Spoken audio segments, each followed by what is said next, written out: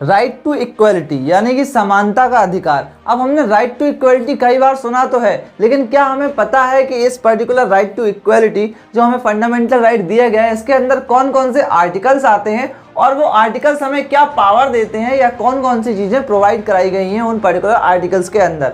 आइए जानते हैं कि राइट टू इक्वलिटी आखिर है क्या। आर्टिकल 14, सबसे पहले बात करते हैं पहले आर्टिकल की जो राइट टू इक्वलिटी के अंदर आता है। आर्टिकल 14 क्या प्रोवाइड करता है? Everyone is equal in the I of law.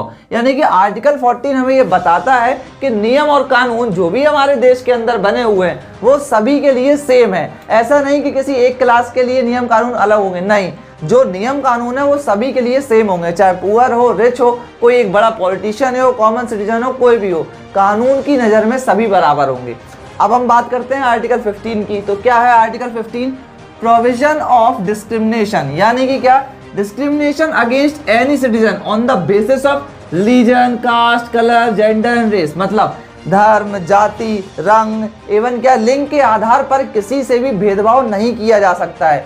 ये पावर हमें कौन देता है? Article 15। People have equal right to go shop, bathing ghats, hotels, park और एनी पब्लिक प्लेस। मतलब कोई भी व्यक्ति, चाहे वो किसी भी जाति का हो, धर्म का हो, कैसा भी हो, वो क्या है पब्लिक प्लेसेस पर जा सकता है। उस पर क्या है जाति, धर्म या इन सब चीज़ों के बेस पे भेदभाव नहीं किया जाएगा। ये पावर हमें कौन देता है?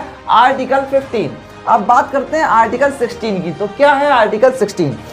Equality of opportunity in the matter of public employment. मतलब सरकारी जो भी नौकरियां हैं उनके अंदर किसी से भी भेदभाव नहीं किया जाएगा। वही सेम बेसिस, चाहे जाति कोई भी हो उसकी, चाहे वो किसी भी धर्म से हो, चाहे कोई भी जेंडर हो उसका, भाई उसको क्या है सरकारी नौकरियों में बराबर की हिस्सेदारी दी जाएगी एज पर द कैपेबिलिटी या जो भी रूल्स एंड रेगुलेशन होंगे उसके बेस पे। वहाँ पर क्या है किसी भी सरकारी नौकरी के अंदर जाति, धर्म और इन सब चीज़ों के ऊपर भेदभाव नहीं कर सकते हैं और ना ही किया जाएगा। ये सब कहाँ पे हमें मिलता है? आर्टिकल 16 हमें ये स्टेट करता है। एबोलिशन ऑफ अनटचेबिलिटी, मतलब कि आर्टिकल 17 हमें बताता है कि जो अनटचेबिलिटी हमारी सोसाइटी में फ्लोरिश थी, भाई उसको प्रॉपरली क्या है प्रोहिबिटेड किया गया है। कैसे? Untouchability is abolished and practice are forbidden under untouchability offence act of 1955 amended in 1976। मतलब अनटचेबिलिटी ऑफेंस एक्ट बनाया गया 1955 में और उसको अमेंडमेंट किया गया 1976 में। किस लिए? ताकि क्या बताया जा सके कि अनटचेबिलिटी पूरी तरीके से प्रोहिबिटेड है और अगर कोई व्यक्ति अनटचेबिलिटी की प्रैक्टिस करते हुए पाया जाता है या इस तरीके की गलत हरकत करता है कि वो अभी भी अनटचेबिलिटी को फॉलो कर रहा हो या प्रॉपरली क्या है सोसाइटी में उसके द्वारा किसी दूसरे व्यक्ति को या अनटचेबिलिटी के तौर पे परेशान किया होगा, तो क्या होगा?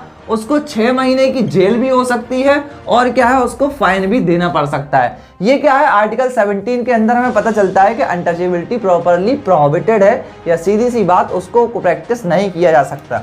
अब आते हैं हमारे लास्ट आर्टिकल जो कि राइट टू इक्वलिटी के अंदर में आता है आर्टिकल 18, एबोलिशन ऑफ टाइटल। मतलब कि क्या? No one in India can give और एक्सेप्ट रॉयल और स्पेशल टाइटल। मतलब इंडिया के अंदर किसी भी व्यक्ति को कोई अलग से स्पेशल टाइटल नहीं दिया जाएगा, जैसे चाहे वो राजा हो, सर हो, इस तरीके का। केवल किनको टाइटल्स मिलेगा? जो कि एकेडमिक अवार्ड्स होते हैं और हमारे मिलिट्री के अंदर दिए जाने वाले अवार्ड। उसके अलावा चाहे स्टेट गवर्नमेंट हो या सेंट्रल गवर्नमेंट किसी को कोई स्पेशल टाइटल नहीं दे सकती। ये है राइट टू इक्वलिटी।